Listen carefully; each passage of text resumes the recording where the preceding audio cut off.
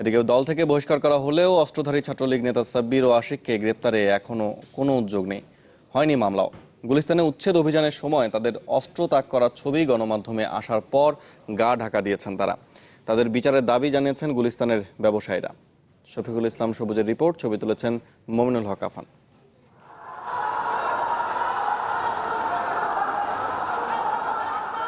এটি রাজনৈতিক প্রতিপক্ষের মধ্যে কোনো ধাওয়া পাল্টা ধাওয়ার ছবি নয়। বৃহস্পতিবার রাজধানীর গুলিস্তানে হকার উচ্ছেদ নিয়ে সৃষ্ট ঘটনার দৃশ্য।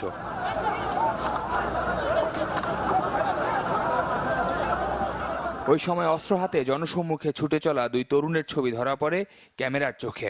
তাদের একজন সাব্বির হোসেন, ঢাকা মহানগর দক্ষিণ ছাত্রলীগের সাধারণ সম্পাদক, আর অন্যজন ওয়ারী থানা ছাত্রলীগের সাধারণ সম্পাদক আশিকুর রহমান।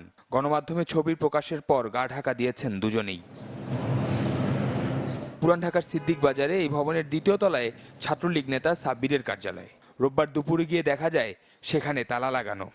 অফিস করতে এখানে দেখি মাঝে মধ্যে সব বসে আর কি। আমরা নিষেধাজ্ঞা তো উপরে আমাদের আশা কম পড়ে, আমাদের এই খেয়াল নেই। কাপ্তান বাজারে আশিকুরের বাবার ব্যবসা প্রতিষ্ঠানে গিয়েও তার কোনো খোঁজ মেলেনি, বন্ধ মোবাইল ফোনটিও। বাইরে আছে, সঠিক বলতে পারি না। যাদের উচ্ছেদ করতে গিয়ে এই ঘটনা, সেই হকাররা বলছেন সেদিন কি ঘটেছিল তা সবাই দেখেছেন। মেয়রের কাছে বলি, এই দেশের মন্ত্রী মিনিস্টারের কাছে বলি, সবার কাছে বলি, দরকারে তদন্ত করে দেখো। আমরা এমন কোনো অন্যায় করছি? গুলি হকারে কই পাইবো? বাচ্চা তো খায় না, হকারে গুলি কই পাইবো? আন্দাজে গুলি করছে, মিছিল আছে, হেরা তদন্ত করি দেখো। যদি একটা হকার দেয় তার সাদা আমরা দিব, দরকারে হেরে ফাঁসি দিয়ে মারি ফেলাবো।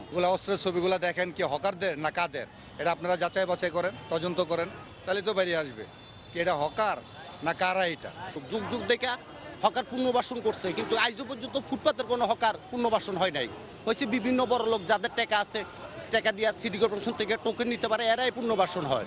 আর পুলিশ বলছে অস্ত্রগুলো বৈধ ছিল কিনা তা যাচাই বাছাই চলছে।